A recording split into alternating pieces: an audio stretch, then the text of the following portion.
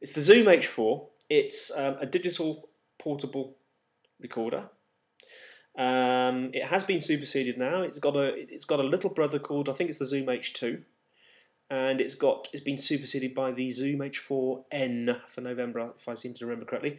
But as I have this, I thought I would tell you a little bit about it. So you can see how big it is. It's sort of fits quite nicely into the. Sorry, I'm not used to this video. It fits quite nicely. It's about a bit shorter than my hand, and I've got sort of medium-sized hands for a bloke. It weighs about. It's not particularly heavy. It's got a plastic construction. Costs about. I think it's about £200 in the UK. Let's just take you through it. Shall we start? Let's start on the front page, the front face here. This is the display. Obviously, it's an LCD display. It's quite small, but it's quite legible. Under here, we've got like a control sort of. I would call it a nipple, but it's probably a rude way of putting it. It's a bit like the thing you get on an IBM laptop. You sort of can push it down and up and sideways, and you can control various menu functions. That's the record switch. So you press it once, start recording, it flashes, and you press it again, and actually it does start recording. Down here, we've got 4 buttons. These control the quality. If you're recording as a WAV file, which I recommend that you do, they control the quality of the WAV file, the sample rate, and this bottom one here. If you press that one, you can only press one at a time. If you press that one, it actually means you're recording as an MP3, which is a compressed format, which I don't recommend you do unless you're sort of a paranormal investigator or something. You can leave this thing running for hours. Okay, let's have a look at the bottom. Now I've realised that the eyesight in my iMac is actually very, very good, so I can zoom in quite close.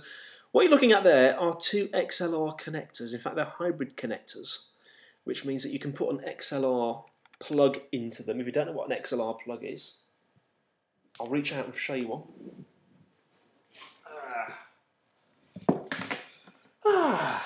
There you go. That's an XLR connector, and you find that on most sort of professional mics. It's got 3 little pins, and one of those. Just move that out of the way. One of those would fit into there. It will also take one of those big fat connectors. You know the connector on the back of your. It looks like my eyes, doesn't it? Looks like a pair of binoculars. Let's move it because it's ridiculous.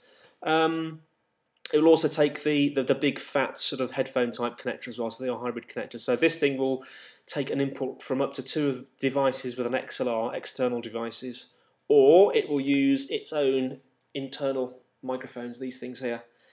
These are 2 condenser mics. You're probably wondering why they're in this weird configuration. It's so they get a nice stereo image. These 2 mics need to be as close together as possible, and they're pointing at 90 degrees to each other, so you get a nice stereo image. So basically this device can record from its built-in mics or from up to 2 external devices, and one will go onto channel 1 and one will go onto channel 2. The back's pretty boring, so I won't bother talking about the back. I'll talk about this side bit. Okay, what have we got? Start this end. The line and the phones. Basically, you can plug your headphones into any one of those. Line just has a constant volume. The headphone socket is controlled by this sliding rotary volume switch here. You might want to plug, if you're plugging this into another device, that's the input or the output you'd use, the line output, because it's a constant volume. If you're just using phones, then obviously use the phones. On-off switch, self-explanatory. USB, that's so you can connect it onto your computer and drag the files that you've created. On the other side, let's have a look. What have we got? Right, starting over here, input 1 and input 2. Do you remember I showed you these 2? These are actually input 1 and input 2. Let's get that right. They control the volume, the sensitivity of input 1. You see that they've got 3 settings: low, medium, and high. Input 1 is set to high at the moment. Input 2 is set to low.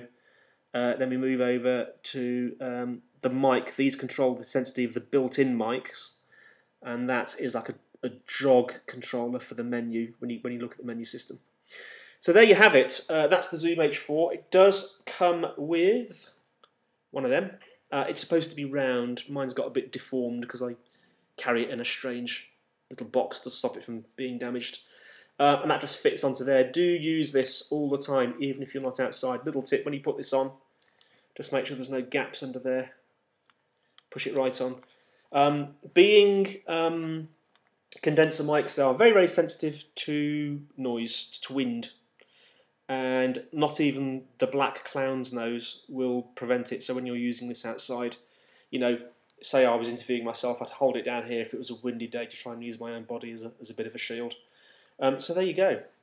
Zoom H4, I use this a lot. I use it for the Social Media White Noise podcast. I sometimes use it for internet marketing, and I'm always using it when I do the Steve Kennard Passionate About Cars podcast, and basically whenever I'm out and about. So it's a lovely digital recorder, the Zoom H4. Have fun. Bye-bye.